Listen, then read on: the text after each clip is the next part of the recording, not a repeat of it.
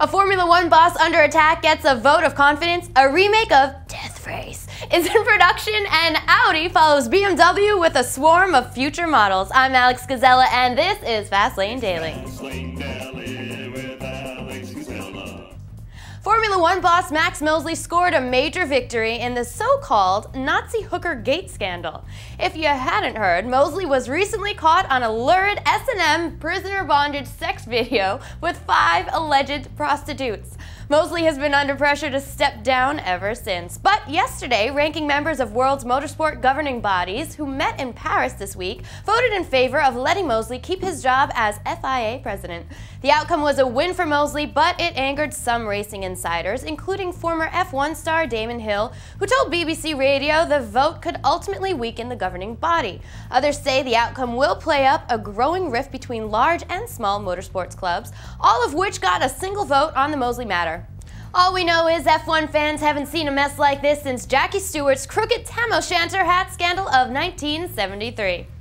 If you've ever seen a pedestrian and thought 1,000 points, you can thank the 1975 movie Death Race 2000. Now a remake of Death Race is in the works, starring Jason Statham, Tyrese Gibson, Ian McShane, and Joan Allen. Joan Allen? What's that? Anyway, the updated Death Race is set in a kind of Mad Max world of the not-so-distant future. Jalopnik recently got a look at some of the car stars of Death Race during filming in Montreal, Canada. Apparently, brutal sporting events of the not-so-distant future will include Mustangs, Chrysler 300s, and Dodge Ram pickups. That means a red circle from Consumer Reports' dystopian reliability ratings. And it may be the car GM should have built but didn't. It's the Berra, a limited production roadster based on the same platform as the Saturn Sky and Pontiac Solstice.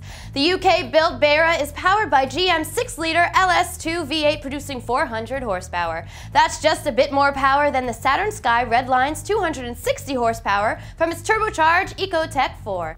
And Brecklin says the 3,000-pound roadster will get from 0 to 60 in under 5 seconds.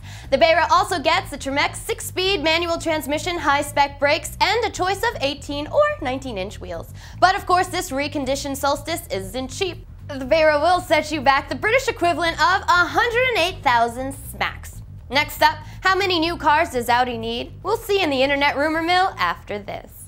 Let's go across the bridge. Go see The Fastlane Daily team on assignment.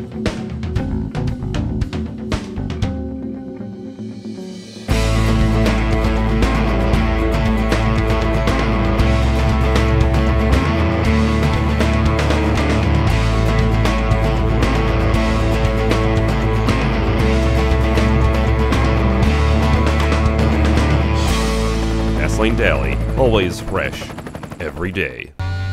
Can't wait to get your Fastlane Daily fix? Well, head over to Streetfire.net. Today's show will be live there before any other internet video provider. Streetfire.net. Check it out. Well, if you thought BMW was the only German car company sprouting cars like ragweed spores, you only have half the story. Audi of America bosses told Auto Week the company was planning a new small SUV to combat the upcoming BMW X1. Audi says the new Q3 SUV will be positioned below the new Q5, set to go on sale in early '09. The company also says both convertible and V10 versions of the R8 sports car will show up by decade's end, but both are likely to be US only. And finally, Audi bosses revealed an all-new supercar is in the works, which will likely arrive at a price point well above the R8. Details are few, but we're expecting the new supercar to appear sometime in the first half of the next decade. Well, that wraps up Fastlane Daily for today. I'm Alex Gizela, and I will see you later. Goodbye.